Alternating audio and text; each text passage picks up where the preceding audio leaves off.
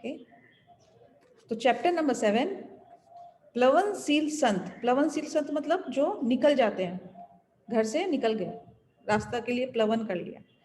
कल रात एक सभा में मैंने एक योगी को जमीन से कई फुट ऊपर हवा में ठहरे हुए देखा। मेरा मित्र उपेंद्र नाथ मोहन चौधरी बड़े ही प्रभावशाली ढंग से बोल रहा था। मैंने उत्साहपूर्ण मुस्कान के साथ कहा, शायद मैं उनका नाम बता सकता हूँ।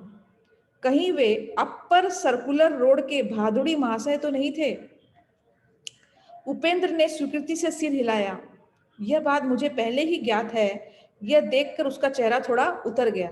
अब आप किसी को कुछ बताने जा रहे हो और सोचते हो कि सिर्फ वो आपको पता है, और जब आप किसी को बताने जा रहे हो सामने वाला बोलता है ये तो मेरे को पहले से ही पता था, तो चेहरा कैसे उतर जाता है। तो वही चीज उनके साथ हुई। संतों के बारे में मेरी जिज्ञासा से मेरे सभी मित्र भली भांति परिचित थे। कोई नई जानकारी मिलते ही मुझे उनके पीछा लगा देने में उन्हें बड़ा आनंद आता था। ये योगी महाराज मेरे घर के इतने निकट रहते थे हैं कि मैं प्रायः उनसे मिलने जाता हूँ। मेरे इस कथन से उपेंद्र के चेहरे पर उत्सुकता के भाव उमड़ते देख मैंने उसे और भी बातें बताना शुरू किया। उनके कई कमाल मैंने देखे हैं। पंतजलि प्रणीत प्राचीन अष्टांग योग में के विभिन्न प्राणायाम विधियों में वे निष्णांत है। एक बार भादुड़ी महाशय ने मेरे सामने भस्त्रिका प्राणायाम इतने जोर से किया कि लगता था मानो उस कमरे में सचमुच का तूफान आ गया हो। ये जो प्राणिक ब्रीदिंग है, प्राणायाम को हिंदी इंग्लिश में प्राणिक ब्रीदिंग बोला जाता है, और जिसका वर्णन इसमें बोला गया है भस्त्रिका प्राणायाम, जो इस तरह से ऐसे करके करते हैं। और उसमें नहीं सॉरी, ऐसे से करते हैं जो लोग, जो रामदेव बाबा को भी आप लोगों ने कभी देखा होगा करते हुए। तो वो इतनी तेजी से करते थे कि लगता था कि पूरे कमरे के अंदर जिस रूम में बैठ कर वो कर रहे हैं कि कोई तूफान आ गया हो, मारो इस कमरे में सचमुच का तूफान आ गया हो। फिर उन्होंने गर्जन करते श्वासोच्छ्वास को बंद कर दिया और वे अति चेतना की एक उच्च अवस्था में निश्चल बैठे रहे। तूफान के बाद शांति का वातावरण इतना प्रभावपूर्ण था कि उसे कभी भुलाया नहीं जा सकता। मैंने सुना है कि वे कभी घर से बाहर नहीं निकलते थे। यहाँ मैं एक सेकंड के लिए रुकना जरूर समझूंगी, क्योंकि आप लोग इतने ध्यान से सुन रहे हैं कि कुछ रहस्यों को बोलना बहुत जरूरी है। आपने देखा होगा कि कभी कभी लोग बहुत चिल्लाकर झगड़ा करते हैं या खूब जोर जोर से अगर चिल्लाते हैं तो क्या करते हैं, वो अपनी पूरी ऊर्जा निकाल देते हैं। पूरी ऊर्जा निकाल कर ऊर्जा कहाँ से निकल रही है उनको पता नहीं। फिर जैसे ही ठंडा पड़ता है तो उनके अंदर कैसा होता है, एकदम शांति से लगता है जैसे सारी ऊर्जा निकल गई और वो एकदम ठंडापन शीतलता महसूस करते हैं। बट वो जो ऊर्जा निकाली वो माने बिना काम के निकाली गई, बेवजह निकाली गई और बेकार चीजों के लिए निकाली गई। इस ऊर्जा को अगर हम समझकर अपने शरीर का परिष्कार करने के लिए, अपनी आत्मा को शुद्ध करने के लिए, अपनी सांसों को शुद्ध करने के लिए अगर इस्तेमाल किया जाए और इसको रोज प्रयोग किया जाए तो उससे हमारा कितना जल्दी इससे हम लोग आगे बढ़ेंगे, स्पिरिचुअल डेवलपमेंट हमारा कितना जल्दी होगा। तो मैंने सुना है कि वे कभी घर से बाहर नहीं निकलते। उपेंद्र के स्वर में कुछ अविश्वसनीय छलक रही थी। वास्तव में ये सच है कि विगत वर्षों से वे घर के भीतर ही रहते आए हैं। केवल हमारे पर्व त्योहारों के अवसर पे ही वे स्वयं लगाए इस नियम को थोड़ा ढीला करते हैं। जब वे अपने ही अहाते में स्थित सामने की पगडंडी तक जाते हैं, वहां पर भिखारी जमा हो जाते हैं, क्योंकि संत भादुड़ी अपने दर्यार्द हृदय के लिए प्रसिद्ध हैं। गुरुत्वाकर्षण के नियम को ठुकरा कर वे हवा में कैसे रह पाते हैं। कुछ प्राणायामों के अभ्यास से योगियों के शरीर की जड़ता नष्ट हो जाती है, तब उनका शरीर हवा में उठ जाता है या फिर मेढक की तरह यहाँ से वहां फुदकने लगते हैं। मैंने बहुत साल पहले, मुझे याद आता है जब मैं डिस्कवरी चैनल ज्यादा देखा करती थी, तब कभी एक किसी ऐसे आश्रम की दिखाई गई थी उसमें पिक्चर की, वहां जो संत लोग थे वो मेढक की तरह फुदक रहे थे। तो मुझे लग रहा है ये मैंने देखा है या मेरी कल्पना में, लेकिन मुझे लगता है कि मैंने ऐसा कभी ना कभी कहीं देखा हुआ है। तो ये जो मैं पढ़ रही हूँ तो मुझे इसमें कोई आश्चर्य नहीं लग रहा है, और इसमें कभी भी कोई एक लाइन ऐसी नहीं लगती जिसमें मुझको ऐसा लगता है कि ये इसको मेरे को विश्वास करने में समय लगेगा। एक लाइन भी ऐसी नहीं है जिसमें मुझको एक बार भी लगता है कि अरे मेरे को इसमें विश्वास नहीं कर सकती। ये सब कुछ ऐसे लगता है कि जीवन तो मेरे आंखों के सामने चल रहा है, मैं इसको देख पा रही हूँ। तो ये जो संत लोग होते हैं मतलब कि वो अपने शरीर को इतना हल्का कर लेते हैं प्राणायाम के द्वारा, तो उनका शरीर बिल्कुल हल्का हो जाता है। हल्का हो जाकर वो उछल माने मेढक की तरह जो वर्णन किया गया है उछलते कूदते, वो बिल्कुल सही बोला गया है। वो बहुत उछलते हैं। कुछ प्राणायाम के अभ्यास से योगियों के शरीर की जड़ता नष्ट हो जाती है। हम मिट्टी हैं, हम जड़ हैं, इसी वजह से तो हम लोग जमीन से जुड़े हुए हैं। जब इस जड़ शरीर को ही खत्म कर दिया जाए, जब ये मन से इस चीज को निकाल दिया जाए कि हम तो जड़ शरीर नहीं है, हम एक आत्मा है। जैसे ही आपको ये अनुभूति हुई कि हम आत्मा है, आत्मा का गुरुत्वाकर्षण शक्ति पर कोई प्रभाव नहीं पड़ता, वो सीधा उड़ जाती है। तो कभी कभी लोग बहुत मेडिटेट करते हैं तो उनको लगता है कि वो उड़ रहे हैं, बट शरीर उनका चिपका हुआ है। उस समय आत्मा और शरीर आपस में पृथक पृथक हो जाते हैं, अर्थात आत्मा से उस शरीर की जो जड़ता है वो खत्म हो जाती है और वो इंसान महसूस करता है कि वो हवा में उड़ रहा है। जो संत योगाभ्यास नहीं करते, वे भी ईश्वर के प्रति तीव्र भक्ति की अवस्था में हवा में ऊपर उठते पाए गए हैं। इस संत के विषय में मैं अधिक जानना चाहता हूँ। क्या तुम उनकी सायंकालीन सभाओं में जाते हो? उपेंद्र की आंखें कौतूहल से चमक रही थी। हाँ, मैं प्राय जाता हूँ। उनके उपदेशों में विद्यमान विनोदपूर्ण चुटकियों में हास परिहास में मुझे बहुत बड़ा मजा आता है। कभी कभी मेरे लंबे अट्टहास से सभा की गंभीरता भंग हो जाती है। भादुड़ी महाशय तो उसका बुरा नहीं मानते, किंतु उनके शिष्य खा जाने वाली नजरों से मेरी ओर देखते हैं। उस दिन दोपहर को स्कूल से घर लौटते समय मैं भादुड़ी महाशय के एकांत निवास के पास से गुजर रहा था, तो उनका दर्शन करने की इच्छा हो गई। जन साधारण के लिए उनका दर्शन दुर्लभ था। निचली मंजिल पर अकेला रहने वाला उनका एक शिष्य इस बात का ध्यान रखता था कि उनके एकांत में खलल न पड़े। यह शिष्य कुछ ज्यादा ही अनुशासन प्रिय व्यक्ति था। उसने मुझसे पूछा कि क्या मैंने भेंट के लिए पहले से समय लिया हुआ है, कोई अपॉइंटमेंट लिया हुआ है। उसके गुरुदेव उस समय वहां आ पहुंचे और उन्हें मुझे अविलंब बहिर्गत किए जाने से बचा लिया, क्योंकि भावना अच्छी थी कि उनसे मिलना है। और चूंकि संत है, संत सो संत की टेलीपैथी से पहले ही समझ जाते हैं कि कोई आ रहा है। तो वैसे उनका जो शिष्य था वो उनको नहीं जाने देता, लेकिन उसी समय वो खुद भादुड़ी वहां से वहां पहुंच गए और बोले आने दो इसे। मुकुंद जब भी आना चाहे उसे आने दिया करो। ये बात सच है। संतवर की आंखें चमक उठी। एकांत का मेरा नियम मेरी अपनी सुविधा के लिए नहीं बल्कि लोगों की सुविधा के लिए है। संसारिक लोगों को उनके मोह जाल को तहस नहस कर देने वाली स्पष्टवादिता अच्छी नहीं लगती। संत न केवल दुर्लभ है बल्कि वे लोगों को भी व्याकुल भी कर देते हैं। शास्त्र पुराण में भी वे प्राय जन साधारण को विहिल करते पाए जाते हैं। मैं भादुड़ी महाशय के पीछे पीछे ऊपरी मंजिल पर स्थित उनके अत्यंत सादे कक्ष में जा पहुंचा, जहां से वे शायद ही कभी बाहर निकलते थे। संसार की क्षुद्र उत्तेजनाओं के प्रति तीव्र गति से नित्य बदलते चित्रों की ओर संत जन प्राय कोई ध्यान नहीं देते। केवल युग युगांतर में स्थित हुए कालजयी सत्यों का उनका ध्यान केंद्रित रहता है। संतों के समकालीन लोग केवल उनके संकीर्ण वर्तमान के लोग ही नहीं होते। महर्षि जब तक मैं जानता हूं आप पहले ऐसे योगी हैं जो हमेशा घर के अंदर ही रहते हैं।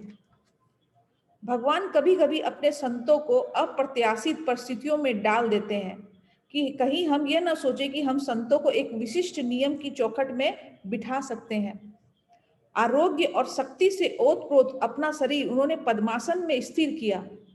उनकी आयु 70 और 80 वर्ष के बीच थी, परंतु आयु या निष्क्रिय जीवन पद्धति का कोई अप्रिय लक्षण उनके शरीर पर नहीं था। ये बिल्कुल सच्ची बात है कि जो लोग योग साधना प्राणायाम ध्यान पर लगने लग जाते हैं, उनकी उम्र बढ़ने की अपेक्षा घटनी चालू हो जाती है। मतलब घटने की मतलब वो वृद्धावस्था की तरफ नहीं जाकर युवावस्था की तरफ जाने लग जाते हैं। ये बिल्कुल 100% सच्ची बात है। इसलिए वो 70-80 साल होने के बाद भी एक वृद्ध की तरह नहीं लग रहे थे। उनका सुगठित एवं सीधा शरीर प्रत्येक दृष्टि से आदर्श स्वरूप था। उनका मुखमंडल पुराणों में वर्णित ऋषियों के समान था। इसलिए देखिए इन लोगों को फेशियल वगैरह सब कराने की जरूरत नहीं पड़ती, इन लोगों का मुख ऐसे ही चमकता रहता है। भव्य मस्तक, भरपूर दाढ़ी, शांत आंखें, सदैव ईश्वर की सर्वव्यापकता पर स्थिर, वे सदैव दृढ़ता के साथ सीधे बैठते थे। हम दोनों ध्यानस्थ हो गए। 1 घंटे के बाद उनकी सौम्य वाणी ने मुझे जगा दिया। तुम प्राय ध्यान लगाते हो, परंतु क्या तुम्हें इस कुछ अनुभव हुआ है? वे मुझे ध्यान से अधिक ईश्वर से प्रेम करने का स्मरण दिला रहे थे। साधन को ही साध्य समझ लेने को भूल नहीं करना। उन्होंने मुझे कुछ आम दिए। अपने गंभीर स्वभाव में मैं भी मुझे हमेशा ही आनंदित करने वाली अपनी विनोद बुद्धि को प्रकट करते हुए उन्होंने कहा, साधारणतः लोगों को ध्यान योग से जल योग अधिक अच्छा लगता है। ये बिल्कुल सही बात है। हम लोग के यहाँ भी क्लास होती है ना, तो क्लास में हम लोग खाने वाने का आइटम हम लोग बहुत अच्छा रखते हैं, क्योंकि ह्यूमन बींग है ना, कभी कभी पढ़ते पढ़ते इंसान बोर इतना हो जाता है कि सोचते हैं कि कब लंच मिले, कब डिनर मिले। तो वो बात सही है, जैसा जिस तरह का ध्यान होना चाहिए उतना ही सुंदर जलपान भी होना चाहिए। देखिए आप लोग कभी भजन वजन के लिए घर में बुलाते होंगे ना लोगों को, तो खाने पीने का आइटम भी जरूर रखते होंगे, नहीं तो कोई आएगा नहीं। मजाक कर। तुम प्राय ध्यान लगाते हो, परंतु क्या तुम्हें कुछ अनुभव हुआ है? वे मुझे ध्यान से अधिक ईश्वर से प्रेम करने का स्मरण दिला रहे थे। उन्होंने कुछ आम दिए। अपने गंभीर स्वभाव में मुझे हमेशा ही आनंदित करने वाली अपने विनोद बुद्धि को प्रकट करते हुए उन्होंने कहा, साधारणतः लोगों को ध्यान योग से जल योग अधिक अच्छा लगता है। योग के विषय में उनकी इस शब्द क्रीड़ा को सुनकर मैं ठहाके लगाकर हंसने लगा। क्या हंसी है तुम्हारी! वात्सल्यपूर्ण चमका उनका दृष्टि में प्रकट हुई। उनका चेहरा सदैव गंभीर ही रहता था, परंतु उसमें भी परमानंद भरी मुस्कुराहट की झलक होती थी। उनके विशाल कमल नयनों में सदैव एक दिव्य हंसी छिपी होती थी। वे पत्र सुदूर स्थित अमेरिका से आए हैं। उन्होंने मेज पर पड़े अनेक मोटे मोटे लिफाफों की ओर संकेत किया। वहां की कुछ सोसाइटियों के साथ जिनके सदस्य योग शास्त्र में रुचि रखते हैं, वे पत्र व्यवहार करते हैं। वे कोलंबस से बेहतर दिशा ज्ञान के साथ भारत की नए सिरे से खोज कर रहे हैं। उनकी सहायता करने में मुझे खुशी होती है। दिन के उजाले की तरह योग शास्त्र का ज्ञान भी उन सब के लिए है जो इसे प्राप्त करने के इच्छुक हैं। जिसे मानव की मुक्ति के लिए ऋषियों ने अनिवार्य समझा है, उसे पाश्चात्य लोगों के लिए हल्का करने की आवश्यकता नहीं है। बाहरी अनुभव भिन्न होते हुए भी सबकी आत्मा एक समान ही है। और जब तक योग का कुछ न कुछ अभ्यास नहीं किया जाता, तब तक न तो पाश्चात्य और न ही पूर्वार्थ लोग उन्नति कर सकते हैं। धर्म सबके लिए है, पूर्व पश्चिम मतलब भारत, अमेरिका, साउथ ईस्ट, सबके लिए धर्म एक है। धर्म में क्या भेदभाव कि ये मेरा धर्म है, ये तुम्हारा धर्म है, ये तुम्हारा धर्म है। तो ऐसे थोड़ी होता है कि आज अगर यहाँ का संत अमेरिका में जाकर संभाषण दे रहा है या अमेरिका का संत यहाँ पर दे रहा है, तो भाई वो अमेरिका से का संत है इसलिए हम उससे कुछ नहीं सीखेंगे, ऐसा तो कुछ नहीं है। आज आत्मा ने यहाँ जन्म लिया है, कहीं हो सकता है कि अगले जन्म में आत्मा कहीं और जन्म लेकर कुछ बोलना चालू कर दे। तो ऐसे भेद हम थोड़ी ही कर सकते हैं। आज हम भारत में रहते, तो क्या हम भारत में रहते तो क्या हम साउथ में नहीं जाते? क्या हम तमिलनाडु नहीं जाते? क्या हम कर्नाटका नहीं जाते? तो क्या हमको क्या बोलेंगे, कर्नाटका का जो आदमी है वो मेरे देश का नहीं है, मेरे राज्य का नहीं है? आखिर है तो वो भारत का ही। आज राज्य दूसरे का है तो क्या हुआ, है तो वो भारत का ही। और फिर क्या बोलेंगे, है तो वो विश्व का ही। फिर क्या बोलेंगे, वो है तो ईश्वर का ही। छोटी छोटी बातें हैं, इसको ध्यान से समझना चाहिए, भेदभाव नहीं करना चाहिए। उन्होंने अपनी शांत दृष्टि मुझ पर स्थिर की। मेरी समझ में तब तक यह नहीं आया कि उनके व्यक्तित्व में भविष्यवाणी युक्त मार्गदर्शन छिपा हुआ था। माने बड़े संत पहले से ही कुछ संदेश देना चालू कर देते हैं। वह तो केवल अब जब मैं ये शब्द लिख रहा हूं, उनके द्वारा प्राय दिए गए संकेतों का पूर्ण अर्थ मेरी समझ में अब आ रहा है। मैं किसी दिन भारत की शिक्षाओं को अमेरिका ले जाऊंगा। महर्षि, मैं चाहता हूं कि आप जगत के कल्याण के लिए योग शास्त्र पर एक पुस्तक लिखें। मैं शिष्यों को तैयार कर रहा हूं। वे स्वयं और उनके शिष्यों की श्रृंखला जीवंत पुस्तकों का काम करेंगे और समय के स्वाभाविक क्षय और टीकाकारों की अस्वाभाविक टीकाओं से अछूते रहेंगे। अकेला संत कैसे क्या कुछ कर सकता है? उसके अंदर ज्ञान का पूरा भंडार है, बट वो अकेला कुछ भी नहीं कर सकता। तो भगवान क्या करता है, रास्ते में उसके बहुत सारे लोगों को भेजना चालू कर देता है। मैं सच्ची बात बताती हूँ, मेरा भी जो सेंटर है उसमें मैं अकेले काम कर रही हूँ, लेकिन भगवान ने बहुत छोटे छोटे छोटे छोटे बच्चे लोग को मेरे पास, छोटे एकदम छोटे नहीं, भेज दिया। वो मेरा मैसेज डालते रहते हैं ग्रुप में, मेरी हेल्प करते रहते हैं। तो मुझे इतना अच्छा लगता है, ये बात बिल्कुल उससे से मिल रही कि आप जब कुछ अच्छा काम करने के लिए निकलते हो तो आपके आसपास जो ईश्वर है वो ही बहुत लोगों को आपकी हेल्प करने के लिए भेज देता है। संध्या काल को उनके शिष्यों के आने तक मैं अकेला ही उनके साथ रहा। शिष्यों के आने के बाद भादुड़ी महाशय ने अपना अद्वितीय प्रवचन शुरू किया।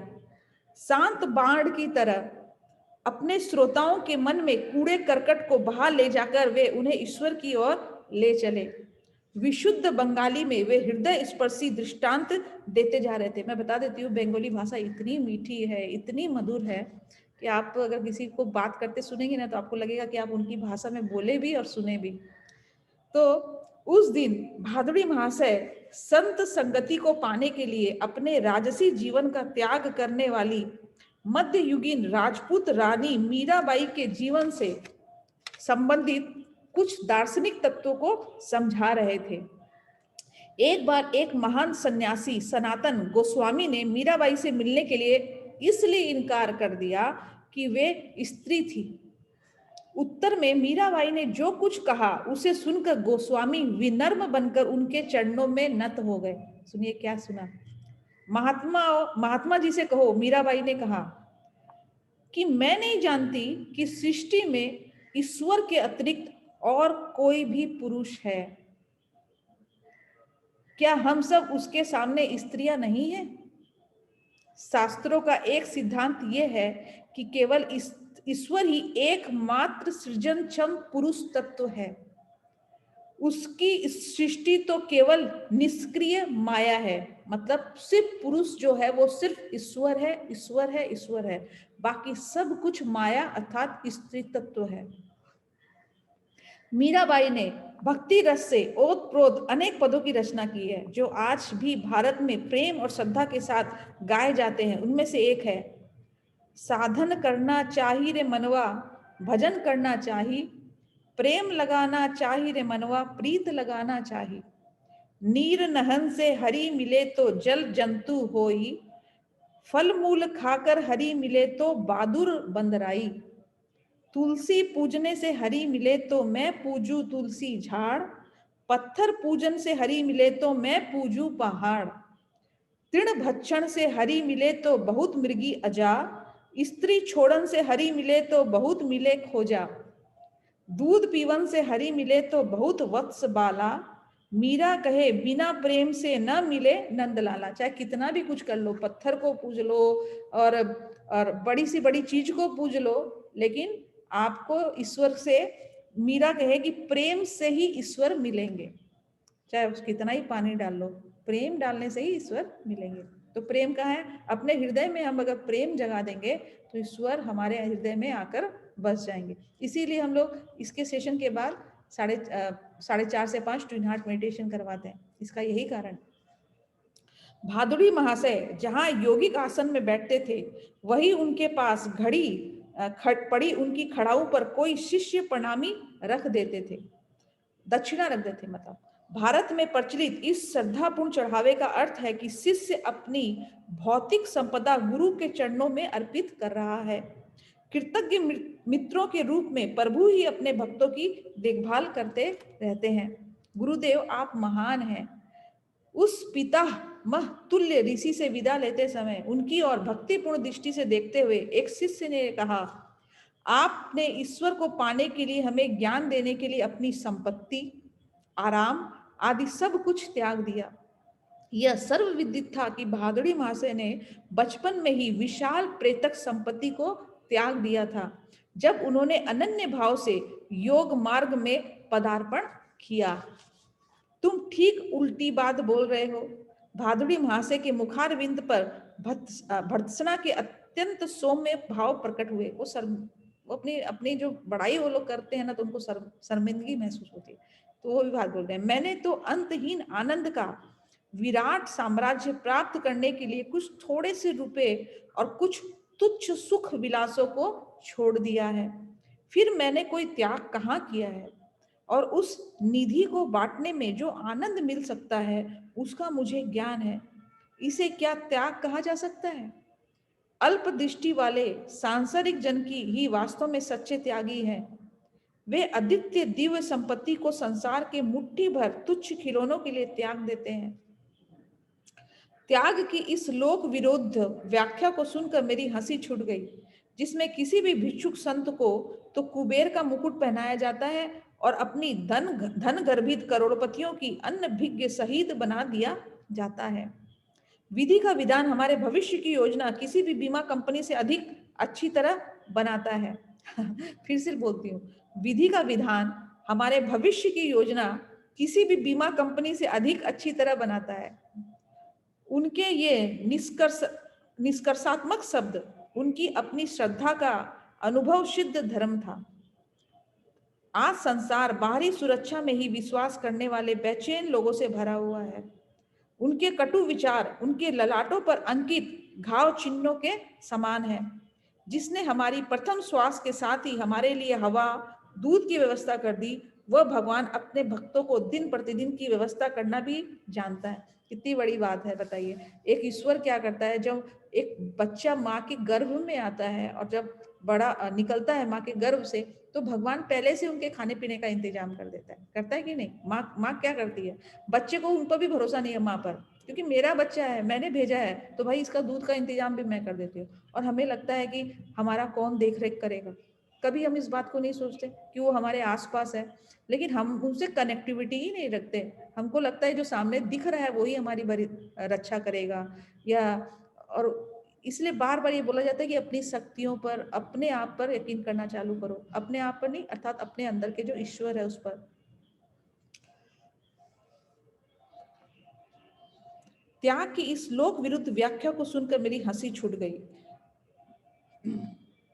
स्कूल से छुट्टी होते ही इन संत के द्वार की तीर्थ यात्रा करने का क्रम मैंने जारी रखा। अब उनकी आदत रोज पड़ गई योगी जी की। वो जाते वक्त सीधे भादुड़ी मासी के पास जाने लग गए। आंतरिक उत्साह के साथ वे अनुभव लाभ में मेरी सहायता करते रहे। एक दिन वे मेरे घर से दूर राम मोहन राय रोड पर रहने के लिए चले गए। उनके श्रद्धालु शिष्यों ने उनके लिए वहां नागेंद्र मठ नाम से एक नया आश्रम बना दिया था। यहाँ मेरी कहानी अचानक कई वर्ष आगे निकल जाती है। फिर भी भादुड़ी महाशय के मुख से कहे गए अंतिम शब्दों का उल्लेख मैं यहाँ करना चाहता हूँ। पश्चिम की ओर प्रस्थान करने से कुछ पहले मैं उनके दर्शन करने गया और आशीर्वाद पाने के लिए मैंने उनके चरणों का पर सिर रखा। बेटा, अमेरिका जाओ। युग युगांतर की भारत की महिमा को अपनी ढाल के रूप में ले जाओ। विजय तुम्हारी ललाट पर लिखी है। उस देश के भले लोग तुम्हारा हृदय पूर्वक स्वागत करेंगे। चैप्टर नंबर 8, भारत के महान वैज्ञानिक सर जगदीश चंद्र बोस। आप लोग सभी ने उनका नाम सुना होगा, जगदीश चंद्र बोस। जगदीश चंद्र बोस ने वायरलेस का आविष्कार मार्कोनी से पहले ही कर लिया था। यह उत्तेजक टिप्पणी सुनकर मैं रास्ते के किनारे खड़े होकर विज्ञान विषयक चर्चा कर रहे प्राध्यापकों के एक दल के पास जाकर खड़ा हो गया। यदि उनमें सम्मिलित होने के पीछे मेरी भावना जाति के अभिमान की थी, तो मुझे उसका खेद है। अपने में जगदीश चंद्र बोस भी बंगाली थे, योगानंद जी भी बंगाली थे, और किसी ऐसे वैज्ञानिक की तारीफ हो रही थी जो बंगाली था, तो थोड़ा सा मन में तो आ ही जाता है ना, भाई हाँ हमारे ही जात का आदमी की बड़ाई हो रही है तो हम भी जाकर सुने। तो इसलिए बोल रहे हैं कि अगर ऐसा कुछ हुआ हो तो मुझे खेद है, बट मैं गया उसी लिए था। भारत न केवल गुण चिंतन में वरन भौतिक विज्ञान में भी प्रमुख भूमिका निभा सकता है। इस बात के प्रमाण में अपनी गहरी अभिरुचि को मैं अस्वीकार नहीं कर सकता। आप क्या कहना चाहते हैं सर? प्राध्यापक महोदय ने प्रसन्नतापूर्वक स्पष्टीकरण दिया। वायरलेस और विद्युत तरंगों की वक्रता दर्शाने वाले एक यंत्र का आविष्कार सबसे पहले बोस ने किया था। परंतु ये जगदीश चंद्र बोस वही है जिन्होंने बताया था कि पेड़ पौधे में भी जीवन होता है। आप तो समझ पा रहे होंगे। परंतु इस भारतीय वैज्ञानिक ने अपने आविष्कारों से कोई आर्थिक लाभ उठाने की चेष्टा नहीं की। शीघ्र ही उन्होंने अपना ध्यान अजैव से जैव जगत की ओर मोड़ दिया। वनस्पति शास्त्रज्ञ के रूप में उनके द्वारा किए गए क्रांतिकारी आविष्कार उनके भौतिक वैज्ञानिक के रूप में किए गए मौलिक आविष्कारों से भी कहीं अधिक बढ़ चढ़कर है। मेरे ज्ञान में वृद्धि करने वाले प्राध्यापक महोदय का मैंने विनम्रता पूर्वक धन्यवाद किया। उन्होंने आगे कहा, यह महान वैज्ञानिक प्रेसिडेंसी कॉलेज में मेरा सह अध्यापक है। दूसरे ही दिन मैं उस ऋषि तुल्य महान ज्ञान वेत्ता से मिलने उनके घर गया, जो मेरे घर के ही पास ही था। लंबे समय में दूर से ही उनके प्रति श्रद्धा भाव रखता आ रहा था। गंभीर, प्रशांत और एकांत प्रेमी वनस्पति शास्त्रज्ञ ने, साइंटिस्ट, शास्त्रज्ञ को इंग्लिश में साइंटिस्ट बोलते हैं, ने शिष्टता पूर्वक मेरा स्वीकार किया। उनकी आयु 50 से 60 वर्ष के बीच थी। वे घने केस, बड़ी ललाट तथा नेत्रों के रूपवान व्यक्ति थे। उनका शरीर सुगठित था। बोलने में उनका विशुद्ध उच्चारण उनको शुरू से ही वैज्ञानिक स्वभाव को दर्शाता था। पश्चिम के वैज्ञानिक सोसाइटियों की सभाओं में भाग लेकर मैं हाल ही में वापस आया हूं। मेरे द्वारा आविष्कारिक जीवन की अविभाज्य एकता दर्शाने वाले उपकरणों में उनके सदस्यों ने गहरी रुचि दिखाई। बोस क्रैक्सोग्राफ की परिवर्धन शक्ति 1 करोड़ गुना है। माइक्रोस्कोप तो केवल कुछ सहस्त्र गुना ही परिवर्धन करता है, फिर भी उनके जीव विज्ञान की तीव्र गति प्रदान कर दी है। जीव विज्ञान में प्राण फूंक दिए। क्रैक्सोग्राफ अगणित मार्ग खोलता है। सर, आपने विज्ञान की अमूर्त बहाव से पूर्व और पश्चिम के आलिंगन बंद होने की प्रक्रिया को तेज करने के लिए बहुत कुछ किया है। मेरी शिक्षा कैम्ब्रिज में हुई। प्रयोगों के आधार पर ही किसी भी सिद्धांत की सूक्ष्म से सूक्ष्म जांच करने की पाश्चात्य पद्धति कितनी सराहनीय है। यह प्रयोग मूलक कार्य पद्धति मुझे अपने प्रवर्त विरासत में मिली आत्म परीक्षण की क्षमता के साथ जुड़कर और भी अधिक प्रभावी हो गई। इन दोनों की युति ने मुझे दीर्घ काल से अबोल रहे प्रकृति जगत के मौन को तोड़ने में समर्थ बनाया। सारे भेद खोल देने वाले क्रैक्सोग्राफ के रेखाचित्र प्रमाण है संदेह करने वाले किसी भी व्यक्ति के लिए पेड़ पौधों में संवेदनशील स्नायु तंत्र होता है और उनका जीवन विभिन्न भावनाओं से युक्त भी होता है। कुछ लाइनों को ध्यान से सुनिएगा। ये क्या बोल रहे हैं? पेड़ पौधों में हमको कभी भी, हम लोग बोलते तो है पेड़ पौधे निर्जीव नहीं होते, सजीव है, बट किस लिए सजीव है, इन सब बातों का वर्णन किया जा रहा है। पेड़ पौधों में भी संवेदनशील स्नायु मतलब संवेदना, स्नायु मतलब संवेदना तंत्र होते हैं, संवेदन तंत्र होते हैं। हम लोगों का संवेदन तंत्र कौन होता है? जिससे हम लोगों को सेंसेशन होता है, नर्वस, हम लोग का नर्वस सिस्टम, जिससे हम लोगों को सेंसेशन फील होती है। इसी तरह पेड़ पौधों के अंदर भी होता है। उनका जीवन विभिन्न भावनाओं से युक्त भी होता है और उनके अंदर भावनाएं भी होती है। प्रेम, घृणा, आनंद, भय, सुख, दुख, मूर्छा और अन्य उत्तेजनाओं के प्रति असंख्य प्रकार की प्रतिक्रियाओं की भावनाभूति जिस प्रकार सब प्राणियों को होती है, उसी प्रकार सब पेड़ पौधों को भी होती है। कितना गहरा रहस्य है। सर, आपके इस क्षेत्र में आगमन से पहले तो सारी सृष्टि में व्याप्त जीवन की अद्वितीय धड़कन एक कवि की कल्पना मात्र लगती होगी। एक संत को मैं कभी नहीं जानता था कि जो कभी कोई फूल नहीं तोड़ते थे। वे कहते थे कि गुलाब के पौधे से मैं उनका सौंदर्य अभिमान कैसे छीन लूं। ठीक है ना? एक गुलाब तब अच्छा लगता है ना जब वो उसमें डाली में लगा रहता है। उसको तोड़ लेने से उसका सौंदर्य अभिमान उनको लगता था कि मैं चकनाचूर कर दे रहा हूं। क्यों? वो उतारते ही तो मुरझा जाएगा। अपनी उद्दंडता से उनके विवस्त्र करने वाले उसके आत्मसम्मान को धक्का कैसे पहुंचाऊं? उनके उस सहानुभूतिपूर्ण शब्दों को आपके आविष्कारों ने अक्षरश यथार्थ सिद्ध कर दिया। कवि सत्य से अंतरंग होता है, जबकि वैज्ञानिक अजोबो गरीब ढंग से उस तक पहुंचने का प्रयास करता है। किसी दिन मेरी प्रयोगशाला में आकर क्रैक्सोग्राफ के असंदिग्ध प्रमाणों को देख लो। कृतज्ञतापूर्ण मैंने आमंत्रण स्वीकार कर लिया, उनसे विदा ली। बाद में मैंने सुना कि उन्होंने प्रेसिडेंसी कॉलेज छोड़ दिया है और अब वे कोलकाता में एक अनुसंधान केंद्र स्थापित करने की योजना बना रहे हैं। जब बोस इंस्टीट्यूट का उदाहरण हुआ, तब मैं उस उद्घाटन समारोह में उपस्थित था। सैकड़ों उत्साही लोग संस्थान के परिसर में इधर से उधर घूम रहे थे। विज्ञान के इस नए पीठ की कलात्मकता और आध्यात्मिक प्रतीकात्मकता को देखकर मैं मुग्ध हो गया।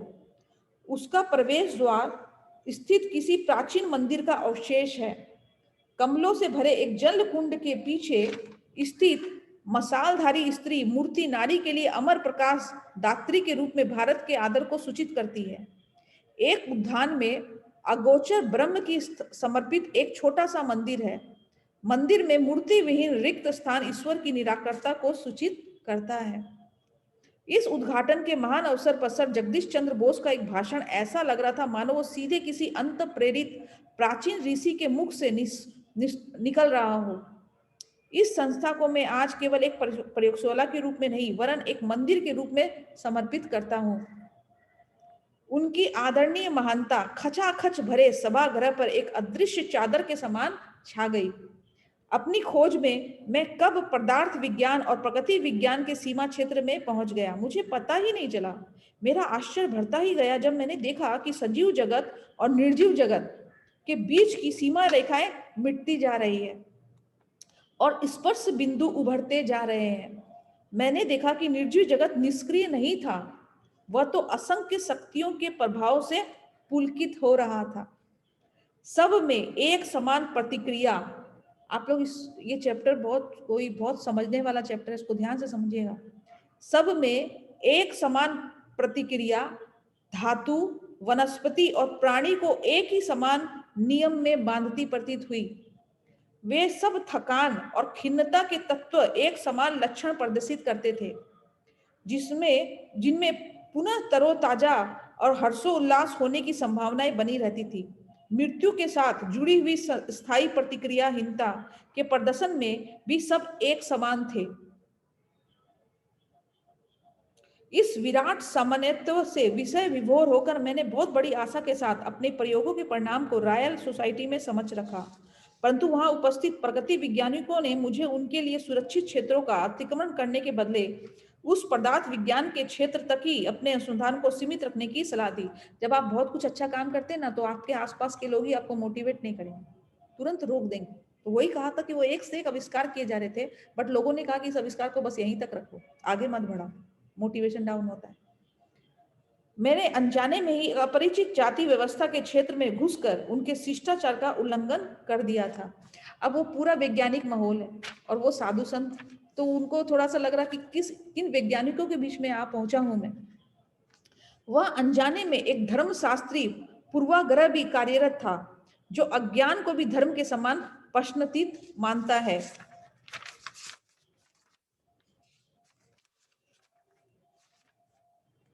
यह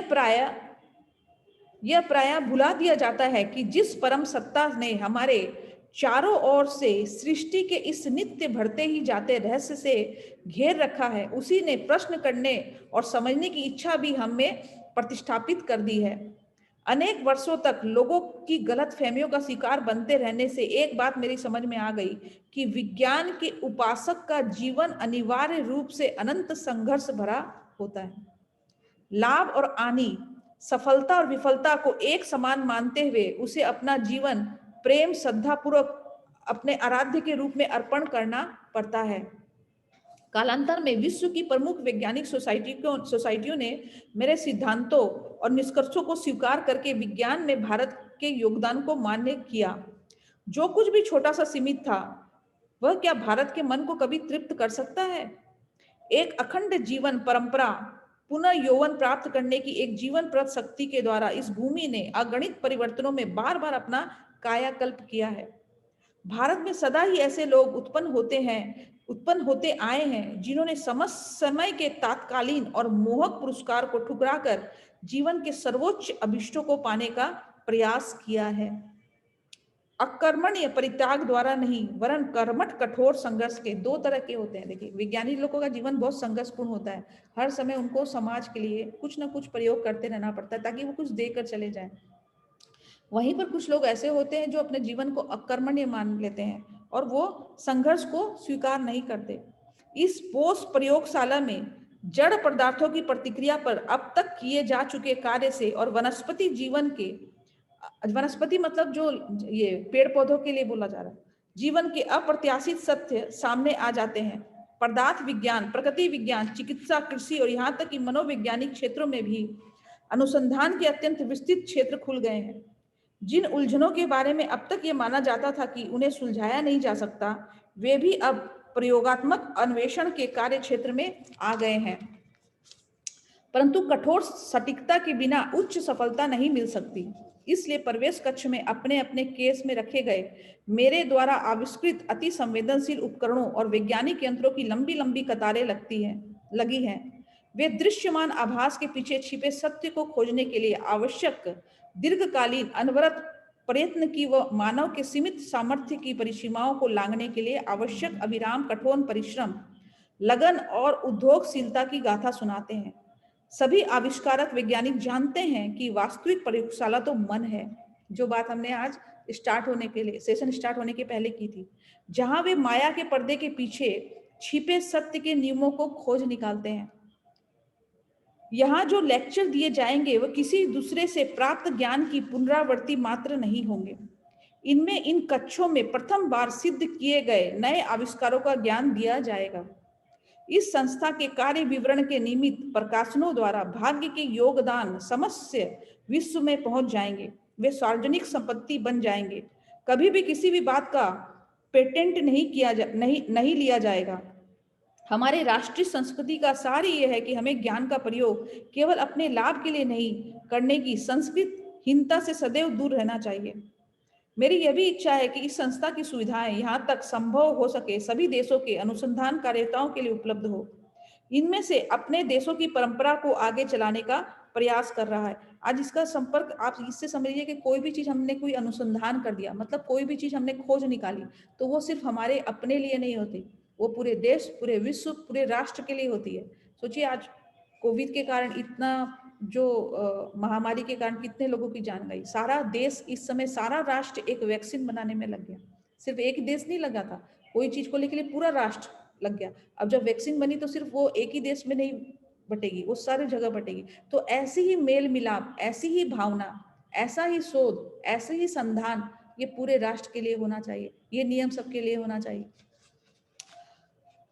इनमें से देश की परंपराओं के आगे चलाने का प्रयास कर रहा हूँ। 25 शताब्दियों पूर्व भी भारत नालंदा और तक्षशिला के अपने प्राचीन विश्वविद्यालयों में विश्व के सभी हिस्सों से आते छात्रों को ज्ञान प्राप्ति की सुविधाएं उपलब्ध कराता है। उस समय जो नालंदा और तक्षशिला की जो पढ़ाई थी, हम लोगों ने हिस्ट्री में पढ़ी होगी, दूर देश से भी लोग बाग, यहाँ की शिक्षा इतनी महत्वपूर्ण शिक्षा थी, भारत की शिक्षा, कि देश विदेश के लोग भी यहाँ पढ़ने आते थे। आज यहाँ के लोग देश विदेश में पढ़ने जाते हैं, पर पहले विदेश के लोग यहाँ पढ़ने आते थे। विज्ञान न तो पूर्व का है न पश्चिम का, बल्कि अपने सार्वलौकिकता के कारण वह सब देशों का है। परंतु फिर भी भारत हमारे महान योगदान देने के लिए विशेष रूप से योग्य है। भारतीयों की ज्वलंत कल्पना शक्ति तो ऊपर ऊपर परस्पर विरोधी लगने वाले तथ्यों की गुत्थी से भी नया सूत्र निकाल सकती है, परंतु एकाग्रता की आदत ने इसे रोक रखा है। यह संयम मन को अनंत धीरज के साथ सत्य की खोज में लगाए रखने की शक्ति प्रदान करता है। उस महान वैज्ञानिक के उस अंतिम शब्दों को सुनकर मेरी आंखें छलछला उठी। यह धीरज ही क्या सचमुच भारत का पर्यायवाची शब्द नहीं बन गया है, जिसने काल और इतिहासकार दोनों को ही समान रूप से अचंभित कर रखा है। उद्घाटन दिवस के थोड़े दिन बाद मैं उस अनुसंधान केंद्र में फिर से गया। उस महान वनस्पति शास्त्रज्ञ को अपने वचन का स्मरण था। वे मुझे अपने शांत प्रयोगशाला में ले गए। अब मैं इस फर्न के पौधे को कैक्सोग्राफ लगाता हूं। उसकी गतिविधियों का अनेक गुना परिवर्तन चित्र उभरेगा। इसी मात्रा में यदि घोंगे की रेंगने की क्रिया को परिवर्धित किया जाएगा तो घोंगा एक्सप्रेस ट्रेन की गति से चलता दिखाई देगा। मेरी दृष्टि उत्सुकता पूर्वक पर्दे पर लग गई। जहां फर्न एक पौधा होता है, ठीक है, फर्न की परिवर्धित, जैसे छोटे से पिक्चर को अगर प्रोजेक्टर में दिखाया जाएगा तो बहुत बड़ा दिखाई देगा, तो वैसे ही जो उस पौधे को छूने से, एक पत्ती को छूने से हम तो देख ही नहीं पाएंगे ना कि उसमें हो क्या रहा है। उसमें जो प्रतिक्रिया हो रही है वो कई गुना बढ़कर उस पर्दे पर दिखाई देगी। उसी चीज का वर्णन किया जा रहा है कि सूक्ष्म सूक्ष्म जैव क्रियाएं भी स्पष्ट दिखाई दे रही है। मेरी मंत्र मुग्ध आंखों के सामने वो फर्ण का पौधा अत्यंत धीरे धीरे बढ़ रहा था। बोस महाशय ने पौधे की नोक को धातु की एक छोटी सी छड़ से छुआ। पर्दे पर चल रहा मुख नृत्य हठात रुक गया। जैसे ही छड़ हटाई वैसे ही उसकी लय भी थिरक पुनः शुरू हो गई। मतलब दिखा रहे हैं कि पौधा इतना संवेदनशील होता है कि अगर उसको हम टच करें, ये सिर्फ एक पौधे के लिए नहीं बोला जा रहा है, किसी भी पौधे को सिर्फ अगर हम टच करेंगे तो वो सहम जाएगा। उसकी जो प्रतिक्रिया है वो एक बार के लिए रुक जाएगी। मतलब उसको आभास है कि मुझे किसी ने छुआ है। जैसे ही हम अपना हाथ हटाएंगे वो अपनी प्रतिक्रिया चालू कर देगा।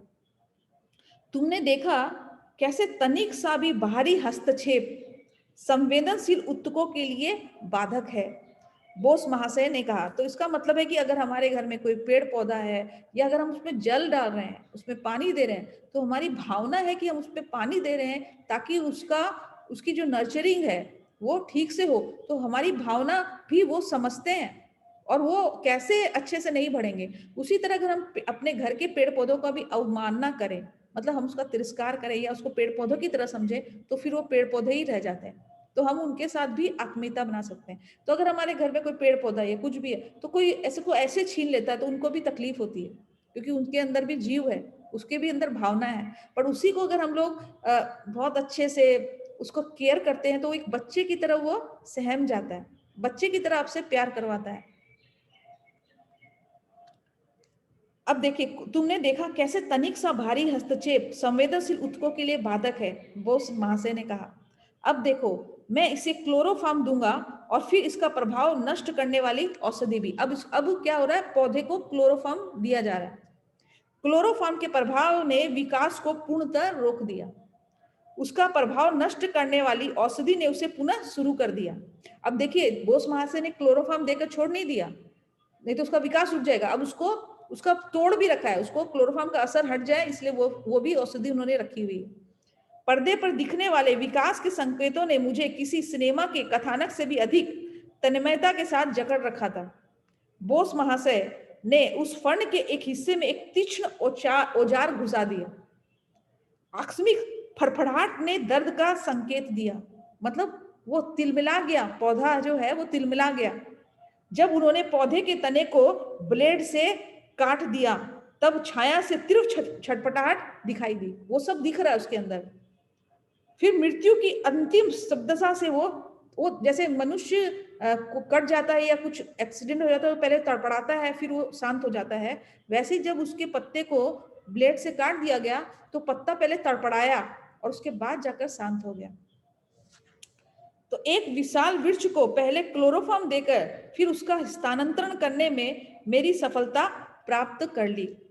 तो अब जैसे होता है, कितनी बड़ी बात बोली है, एक लाइन की बात है कि कोई भी पौधे को हम लोग उठाते हैं, उठाकर दूसरे में लगा देते हैं, लग जाता है। तो उसको मतलब कि आज आपको जैसे कोई जागते अवस्था में आपका कोई चीड़ फाड़ करे, हमारे शरीर को पूरा नीचे से कोई ऑपरेट करे, कोई ऑक्सीजन और बिना हम लोग को एनेस्थीसिया दे तो हमको कितना तकलीफ होगा। तो कभी हम पेड़ पौधे को ऐसे ही निकाल रहे हैं तो उसको भी दर्द होता है, उसको जड़ से निकाल कर फिर दूसरी जगह डाल रहे हैं तो उसको भी बोलते हैं ना, तुरंत फिर वो जीता नहीं है। जैसे जैसे किसी गमले में बहुत अच्छा सा आपका पेड़ लगा हुआ है, आपने सोचा कि मैं उसको दूसरे गमले में लगा दूं, तो आपने उसकी पूरी जड़ वड़ को खोद कर फिर दूसरे गमले में डालकर लगा दिया, तो कुछ दिनों तक उसमें वो तुरंत वो प्रोग्रेस नहीं होती, उसको वापस से अपने आप को रिकवर करने में टाइम लगता है, तब जाकर फिर से उसमें वापस से पत्ते लगने लग जाते हैं। आपने कभी इसको ध्यान से देखा होगा, इमीडिएट नहीं लगते। तो उसके अंदर भी दर्द होता है, उनको भी पेन होता है। और बहुत सारे पौधे ना हम लोग के हिंदूज में भी कोई पौधे को बहुत उनकी आज्ञा लेकर उनका फूल तोड़ा जाता है, या तुलसी का पौधा होता है जिसकी आज्ञा ली जाती है कि हम आपके पत्ते तोड़ रहे हैं उपयुक्त कारण से, तो वो देते हैं उस चीज। एक विशाल वृक्ष को पहले क्लोरोफॉर्म देकर उसका स्थानांतरण करने में मेरी सफलता प्राप्त कर ली। साधारणतः वनों के ये राजा स्थानांतरित करने के कुछ दिन बाद मर जाते हैं। उस जीवन रक्षक युक्ति कौशल का वर्णन करते हुए बोस महाशय अत्यंत प्रसन्नता के साथ मुस्कुरा रहे थे। मेरे सूक्ष्मग्राही यंत्रों के रेखा चित्र ने सिद्ध कर दिया कि पेड़ पौधों में रस संचार प्रणाली होती है। आयुर्वेद, पहले तो आयुर्वेद में पेड़ पौधों से ही इंसान को वापस से जिंदा कर दिया जाता था, तो वो पेड़ पौधे तो जीवनदायी शक्ति लेकर रखे हुए हैं, तो हम उसको पेड़ पौधे क्यों समझें। प्राणियों में जैसे रक्त संचार होता है, वैसे ही पेड़ पौधों में रस संचार होता है। ठीक है, पेड़ पौधों में रस की ऊर्ध्व गति को केवल कोशिका आकर्षण सदृश किसी यांत्रिक क्रिया के आधार पर स्पष्ट नहीं किया जा सकता। जैसे कि सामान्यतः प्रयास किया जाता है, क्रेक्सोग्राफ से इसे सजीव कोशिकाओं की क्रिया के रूप में दर्शाया है। पेड़ के अंदर से लंबी गोलाकार नली चलती है। आपने देखा होगा, एक पत्ता देखेंगे उसके बीच से जो नली होती है वो थोड़ी मोटी होती है, जिसमें कर्मिक वर्तों में सिकुड़ने वाली लहरें उठती रहती है, जो हृदय का काम करती है। हम जितनी ही अधिक गहराई में जाकर देखेंगे, उतनी ही अधिक स्पष्टता से इस सत्य का प्रमाण मिलता जाता है कि इस बहुविधि प्रकृति का प्रत्येक रूप एक ही सूत्र में बंधा है।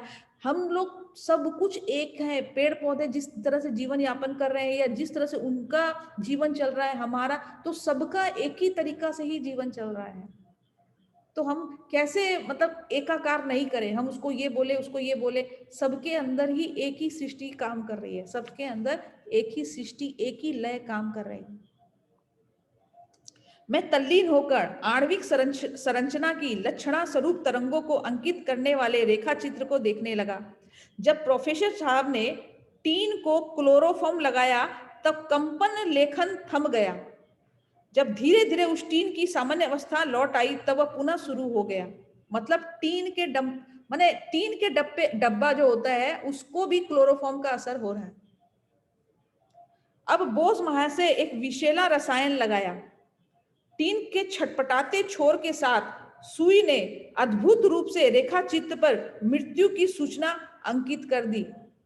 वैज्ञानिक महोदय ने कहा, बोस यंत्रों ने प्रदर्शित कर दिया है कि कैंची और मशीनरी में प्रयुक्त इस्पात सदृश धातु भी थकते हैं। इसीलिए बोला जाता है ना, हम लोगों के एक दिन का विश्राम दिया जाता है या एक दिन की छुट्टी होती है, ताकि उनके अंदर भी मतलब वो है, एहसास है, ताकि उनको भी एक दिन का रिलैक्स मिले। और हम लोगों के शास्त्र में इसीलिए उपवास का नियम होता है कि एक दिन उपवास करो महीने में 2 बार, ताकि इस यंत्रों को भी क्या होता है, रेस्ट मिले। तो रेस्ट देने का सिद्धांत होता है। विद्युत प्रभाव या अति भारी दबाव से धातुओं में जीवन की धड़कन को गंभीर क्षति पहुंचती है, या वो धड़कन सदा के लिए रुक भी जाती है। उसी कक्ष में चारों ओर रखे अथक प्रतिभा के मुखर प्रतीक अखंड आविष्कारों पर मैंने दृष्टि दौड़ाई। सर, यह दुख की बात है कि आपके अद्भुत यंत्रों का पूर्ण लाभ उठाकर बड़े पैमाने पर कृषि विकास को गति नहीं दी जा रही है। इनमें से कुछ यंत्रों को त्वरित प्रयोगों से प्रयुक्त करके खाद के विभिन्न प्रकारों का पौधों पर क्या प्रभाव पड़ता है, यह देखना क्या सहज संभव नहीं हो सकता। इसी हम लोगों के पूरे भारत में हर जगह कृषि होती है, चाहे वो उत्तर में हो, चाहे पूर्व में हो, चाहे पश्चिम में हो, चाहे दक्षिण में, और हर जगह एक उत्सव बनाया जाता है। कहीं पर लोहरी और कहीं पर साउथ में मुझे याद नहीं आ रहा कौन कैसे कुछ है। और यहाँ पर क्या होता है कि उस समय फसल जब लगाई जाती है, तो मतलब ये रिस्पेक्ट दिखाया जा रहा है, आदर भाव दिखाया जा रहा है कि आप ही की वजह से हमारी जीविका चलती है, आपकी वजह से ही देश चलता है। तो अगर हम उसके अंदर प्यार, अपने आदर भाव देते हैं, तो फसल बहुत अच्छी उगती है। संवेदना है, उनके अंदर भी एहसास होता है। उस अदृश्य ऋषि के प्रति तुम ठीक कह रहे हो, भावी पीढ़ियों बोस यंत्र को अगणित प्रयोग में लाएगी। वैज्ञानिक को उसके परिश्रम का तत्काल पुरस्कार कदाचित ही मिलता है। हाँ बिल्कुल, सृजनात्मक सेवा का आनंद ही उसके लिए पर्याप्त है। हाँ, जिसने हम लोगों के लिए इतना सब कुछ बनाया है ना, आज आविष्कार क्या है, आविष्कार फोन का आविष्कार है ना। और हम लोगों को वॉशिंग मशीन कितना अच्छा है, हम लोग किसी पर डिपेंडेंट नहीं है, और कितना सब कुछ कितना ईजी हो गया है लाइफ बिकॉज ऑफ, जैसे आज हम लोग बात कर रहे हैं। तो जिस समय उन्होंने ये बनाया होगा उस समय उनकी इतनी ख्याति नहीं हुई होगी, बट आज उन्होंने वो जो इतना सब कुछ हम लोगों की लाइफ को इजी दे कर दिया है कि उनकी वजह से सारी लाइफ हम लोगों की इजी हो गई है, तो उनको अब ख्याति मिलती कि उन्होंने ये बनाया, उन्होंने ये बनाया, ये बनाया। मैं जिन लोगों ने मेरी लाइफ को इजी किया है, मैं सच बताती हूँ, मैं उन्हीं को भगवान मानती हूँ, जिसकी वजह से हमारी लाइफ इजी है। बढ़ते वर्षों के साथ उनकी प्रतिभा में कोई कमी नहीं आई। रेजोनेंट कार्डियोग्राफ नामक एक जटिल यंत्र का आविष्कार करने के बाद बोस महाशय असंख्य भारतीय पेड़ पौधों के विस्तृत अनुसंधान में लग गए। किसी को भी कल्पना भी नहीं थी कि ऐसे ऐसे उपयुक्त औषधियों की एक विराट भेषज तालिका तैयार हो गई। आपको पता है ना कि वो जो मलेरिया है, वो मलेरिया की जो दवाई होती है वो इसी पेड़ पौधों से ही निकल कर बनती है। और क्या नाम याद नहीं आ रहा, जब मैं स्कूल में थी तो मुझे याद था, याद नहीं आ रहा। किसी की कल्पना भी नहीं थी कि ऐसे ऐसी उपयुक्त औषधि एक विराट तालिका तैयार हो जाएगी। कार्डियोग्राफ जैसे अचूक सटीकता के साथ तैयार किया गया और उससे 1 सेकंड का शतांश एक तक रेखा चित्र में अंकित हो गया। पेड़ पौधे, प्राणी एवं मानव शरीर की संरचना के सूक्ष्म स्पंदन भी यह कार्डियोग्राफ अंकित कर लेता है। उस महान वनस्पति शास्त्रज्ञ ने भविष्यवाणी की कि वैद्यकीय अनुसंधान के लिए प्राणियों के अंग छेदन की आवश्यकता नहीं रहेगी। कार्डियोग्राफ के प्रयोग से पेड़ पौधों के अंग छेदन से ही काम चल जाएगा। किसी औषधि के पौधे और प्राणी पर एक साथ किए गए प्रयोग के परिणाम के अंकन में साफ पता चल जाता है कि उन दोनों पर उस औषधि के प्रभाव में आश्चर्यजनक समानता है। उन्होंने स्पष्ट किया, मनुष्य में जो कुछ भी है उस सबका पूर्वाभास पेड़ पौधों में विद्यमान है। वनस्पति जगत पर प्रयोग प्राणियों और मानव की यातना को कम करने में योगदान देंगे। कई वर्ष के बाद बोस महाशय के पद प्रदर्शक वनस्पति आविष्कारों की अन्य वैज्ञानिक द्वारा पुष्टि की गई। कोलंबिया यूनिवर्सिटी में 1938 में किए गए शोध कार्यों की वार्ता द न्यूयॉर्क टाइम्स में निम्नलिखित रूप में प्रकाशित हुई थी। इस प्रकार निटेला पौधा मन और स्थूल जगत के सीमा क्षेत्र के गुप्त रहस्यों को गुड़ लिपि का अर्थ जानने के एक प्रकार से रोशेटा पत्थर की भूमिका अदा कर सकता है। कविवर रविन्द्रनाथ टैगोर भारत के इस आदर्शवादी वैज्ञानिक के अंतरंग मित्र थे। उन्होंने संबोधित कर कविवर ने निम्नलिखित पंक्तियां लिखी थी। हे तपस्वी डाको तुमी साम मंत्रे जल दौर्ग जने। यहाँ पे कोई बंगाली है जो अच्छा से इसको पढ़ सके। उत्थिस निबोधत डाको शास्त्र अभिमानी जने पांडित्य कोर पंडित तर्क हते सर्वभूतु विश्वतले ढाको मूड दाम्बे केरे डाक दाओ तब शिष्य दले। एकत्रे सॉरी पूरा बंगाली में ठीक से पढ़ नहीं पा रही हूँ और बोलूंगी तो गलत गलत प्रोनाउंसिएशन हो जाएगा, तो ये हम छोड़ देते हैं। हे तपस्वी, साम मंत्रों की जलद गंभीर गर्जना से पुकारो, उठो जागो। शास्त्र अभिमानी जनों और कुतर्कों से आहत बुद्धि पंडितों को पुकारो और उन्हें बेकार तर्कों का त्याग करने को कहो। उस मूढ़ दंभियों को इस सुविस्तृत संसार में आने की प्रेरणा दो। अपने शिष्यों का भी आह्वान करो कि वो कर्तव्य रूपी यज्ञ वेदी के चारों ओर एकत्रित हो, जिससे हमारा भारत, हमारा प्राचीन देश अपने सच्चे स्वरूप को पुनः प्राप्त करे और कर्तव्यनिष्ठ श्रद्धा और ध्यान में अप्रमत्त चित्त होकर लोभहीन, द्वंद्वहीन, शुद्ध और शांत बनकर विश्व गुरु के आसन पर एक बार अधिष्ठित हो। तो आज चैप्टर नंबर 8 कंप्लीट हुआ। चैप्टर नंबर 8 कंप्लीट हो गया। Okay, thank you. ये पुस्तक मैं सेकंड टाइम वापस से नेट के थ्रू पढ़ा रही हूँ। मैंने अपने आप खुद पढ़ी। बार बार इसको पढ़ाने का मेरा अभिप्राय ये है कि जो लेखक थे उनके अंदर यही भावना थी कि लोग असल में रहस्य को समझे, सृष्टि के रहस्य को समझे, जगत के रहस्य को समझे। तो हमें सम्मान करना चाहिए। हम व्यर्थ के तर्क वितर्क में समय बताते रहते हैं। कोई अच्छा काम करने जाता है तो उसकी आलोचना करके उसको काम करने से पहले ही रोक देते हैं। तो हमें हमें हमारे समाज के लिए हमें कुछ देकर जा रहा है, जो हमारे समाज के लिए हमें कुछ, जो हमारी लाइफ को बहुत आसान बना दे रहा है, एक्चुअली भगवान का गुण तो उसमें है।